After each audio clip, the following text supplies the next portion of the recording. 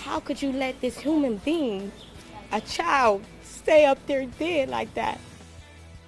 The chilling death of a young child, and the communities need to know what went wrong. As the district attorney continues his investigation, we're digging into our own. It is our top story this evening at 5. I'm Tanya Foster. And I'm Rob Hanrahan. It's one of the most disturbing stories we've seen in a long time. A 9-year-old boy found dead, weighing just 17 pounds. And now we're asking the question, what happened to Jared Tutko Jr.? And what we found has led us straight to a county commissioner. CBS 21's Chris Papps live tonight with his exclusive story. Chris, what can you tell us? Well, Rob and Tanya, the August 1st discovery of Jared Tutko Jr.'s decomposing body sent a shockwave throughout Harrisburg and this entire region. But as we learned more about what happened, it only raised questions about how this could have happened. So CBS 21 News investigated. And what we found was a new program that incentivizes Dauphin County children and youth not to put kids in foster care. And that led us to a letter written this past spring to County Commissioner George Hartwick, which predicted that this new program the county is using will lead to a child's death. It's a death, Heavenly Father, that gripped an entire community. this little boy lived a horrible life. 9-year-old Jared Tutko Jr. found dead inside his Harrisburg home. The boy with a disability, Fragile X, had been deteriorating for days. How could you let this human being, a child, stay up there dead like that? Inside that Green Street duplex, police sent 4 other Tutko children to the hospital. One was reported to be 12 hours from death. Soon after, parents Kimberly and Jared Tutko Sr. were charged with murder. Disturbs me all the time, bugs me every day when I see his face on the news. The coroner's report says Jared Jr. died of starvation. The criminal complaint explained how the young boy lived inside of a locked room with no bed, no lights, and no air conditioning. The floors and walls were covered in feces. When he died at age 9, he weighed just 11 pounds more than the day he was born. I've been a lot of crime scenes in 25 years, and this one ranks up there as among the most horrific. According to the criminal complaint, the Tutkos have a 20-year history of child neglect. And according to court documents, Dauphin County children and youth knew it.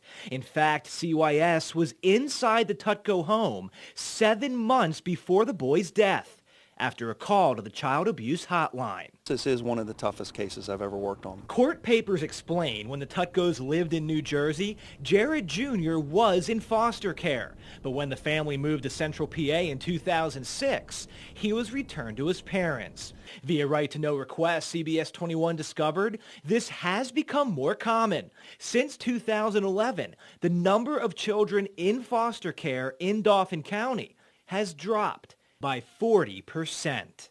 And this is working, in your opinion? Yes. Peter Vreens heads Dauphin County Children and Youth.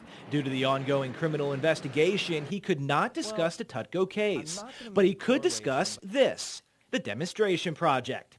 In 2011, CYS adopted this federal initiative, which aims to, quote, keep children safe in their homes and limit their time in foster care by using money to better engage families. We're using our money differently. Children who remain with their own family or extended family have better outcomes.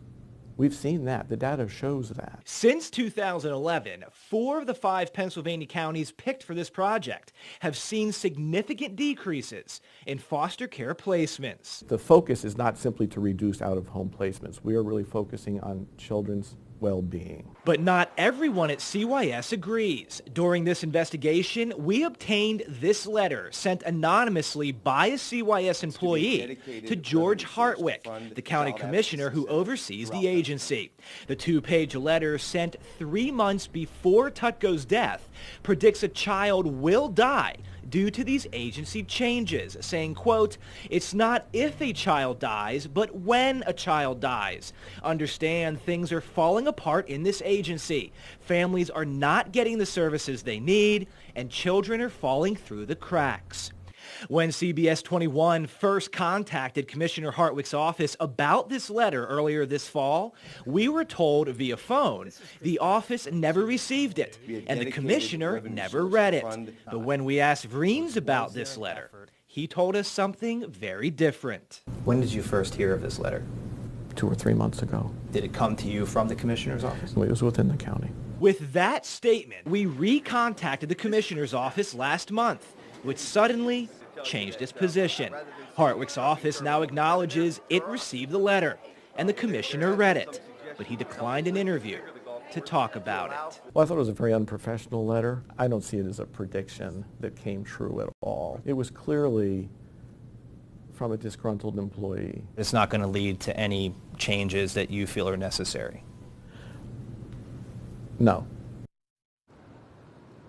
Now, the demonstration project will continue in Dauphin County through 2016, and Vreen said it's still too early to tell if it's working. But even with the death of Jared Tutko Jr., he said it still can be considered a success. Rob and Tanya? Well, Chris, does Dauphin County get more money if this demonstration project is successful? Well, no, it doesn't get more money. The money it gets will remain the same from the federal government. But if the demonstration project is considered a success, in other words, if they can keep their foster care numbers low, that will allow them more freedom to spend their money the way they want to and not be hindered by federal mandates. All right, CBS 21's Chris Pabst, exclusive story. Chris, thank you for your investigation.